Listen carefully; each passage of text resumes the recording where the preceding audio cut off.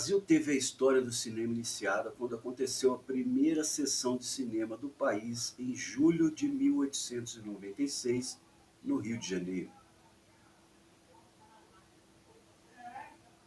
Apenas um ano depois da primeira sessão de cinema do mundo ocorrida em Paris com o filme Saída dos Trabalhadores da Fábrica Lumière dos irmãos Lumière. Em 1899 ocorreram as primeiras filmagens na cidade de São Paulo em comemoração da unificação da Itália, pois havia aqui uma grande comunidade de italianos. Mas São Paulo teve sua primeira sala de cinema no começo do século XX, chamada Bijou Theatre. No começo haviam apenas documentários, mas o primeiro filme de ficção brasileira foi feito pelo cineasta luso-brasileiro Antônio Leal, que teve o título de Os Estranguladores e a duração de 40 minutos. Após a Primeira Guerra, houve uma grande crise do cinema brasileiro e assim o cinema americano teve maior espaço. Nas décadas de 20 a 30, o cinema brasileiro cresceu também com a popularização das revistas de cinema Para Todos, Selecta e Cinearte. Na década de 30 surgiu o primeiro estúdio de cinema de grande porte no Brasil, chamado Cinédia. Os filmes mais importantes dessa época foram Limite, de 1931, dirigido por Mário Peixoto, A Voz do Carnaval, de 1933, por Ademar Gonzaga e Humberto Mauro, e Ganga Bruta, de 1933, de Humberto Mauro. Na década de 40 apareceram as chanchadas, filmes cômicos musicais de baixo orçamento. Esse estilo cresceu também graças à Companhia de Cinema Atlântida Cinematográfica, fundada em 1941 no Rio de Janeiro por Moacir Fenelon e José Carlos Burley. Moleque Tião, de 1941, Tristezas Não Pagam Dívidas, de 1944 e Carnaval no Fogo, de 1949, foram os principais filmes dessa produtora, que também foi responsável por lançar três dos maiores atores do Brasil de todos os tempos, Oscarito, Grande Otelo e Anselmo Duarte. Em 1949 foi criado o Estúdio Veracruz, inspirado em Hollywood, onde os produtores buscaram realizar filmes de alta qualidade.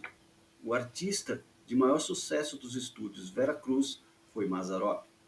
Incentivada por empresários paulistas, a Companhia Veracruz foi criada em estúdios de mais de 100 mil metros quadrados, onde antes era uma granja da família Matarazzo, em São Bernardo do Campo. O filme de maior sucesso da Veracruz foi O Cangaceiro, de 1953, de Lima Barreto, escrito e dirigido por ele, e diálogos criados por Raquel de Queiroz. Este ganhou o prêmio do Festival de Cannes, a Palma de Ouro, e faturou 50 milhões de dólares, e foi distribuído em mais de 80 países.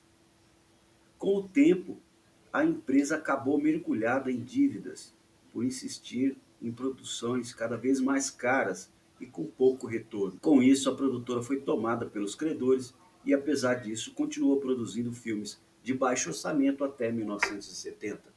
Nos anos 60 surgiu um modelo de filme que tinha um aspecto revolucionário de cunho social e político do Brasil. Nesse período, que passou a ser chamado de Cinema Novo, surgiu o cineasta baiano Glauber Rocha, do filme Deus e o Diabo na Terra do Sol, e O Dragão da Maldade contra o Santo Guerreiro. No final dos anos 60 surgiu o chamado cinema marginal, devido a ser alinhado à contracultura, ideologias revolucionárias e tropicalismo. Foi bastante afetado pelo regime militar da época. O destaque desse movimento é o filme O Bandido da Luz Vermelha, de 1968, de Rogério Sganzella, e também quando apareceram os filmes de José Mojica Marins, com sua personagem Zé do Caixão. O filme de maior sucesso da década de 70 foi Dona Flor e seus dois maridos, de Bruno Barreto, em 1976. Nos anos 80 teve a crise novamente do cinema brasileiro, onde as locadoras tomaram o lugar dos cinemas. O Homem que Virou Suco foi um dos filmes de maior sucesso em 1980, de João Batista de Andrade. Nos anos 90, houve uma retomada do cinema nacional devido a criação das leis de incentivo do audiovisual. Em 1994, Carla Camurati foi a primeira beneficiada com a lei ao dirigir o filme Carlota Joaquina. Depois surgiram O Quatrilho, de Fábio Barreto, Central do Brasil, com Walter Salles, em 1998, e O Que É Isso, Companheiro, de 1997, com Bruno Barreto.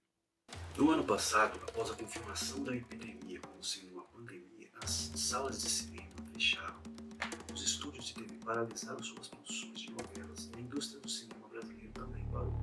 Não há perspectiva visível de quando tudo voltará ao que era antes. Sem as pessoas no cinema, menos filmes serão produzidos. Quem produzir terá que se preparar para os altos custos de filmagem, agora com todos os cuidados necessários para evitar a contaminação. Sendo assim, muitos filmes serão adiados e as salas de cinema serão blindadas com produções americanas, os famosos blockbusters.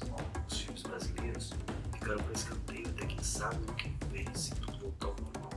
Alguns filmes que já estão prontos tiveram estreia adiada e agora terão que disputar salas com as produções dos americanos. Mas não sabemos de quanto tempo teremos quarentenas e pseudo-lockdowns.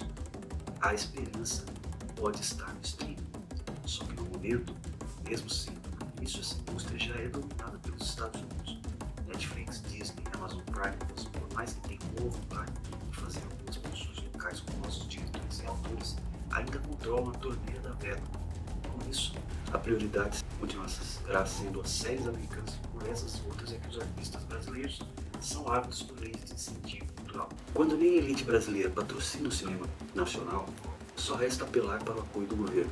No entanto, será que vale a pena arriscar, em média, 2 milhões de reais do dinheiro público em um filme quando a verba da saúde e moradia são reduzidas? O crowdfunding também surge como uma alternativa, embora ainda deixe dúvidas sobre como declarar devidamente as doações para evitar problemas com o imposto de renda. Parece que a saída vai ser repensar as prioridades e enfrentar os desafios, o que, aliás, para o cinema brasileiro não é novidade. Porém, nem tudo está perdido para os cineastas brasileiros. Você pode participar do festival internacional ou brasileiro. Festivais escolhem os melhores filmes, dependendo da categoria, para você ser premiado. Isso dá visibilidade. Seu filme pode conseguir financiamentos mais facilmente. Para quem está começando, pode ser uma chance. Além disso, nós temos as pequenas produções independentes que podem ser publicadas no YouTube e outras plataformas de vídeo. Ou seja, é como diz o ditado, é melhor feito do que perfeito.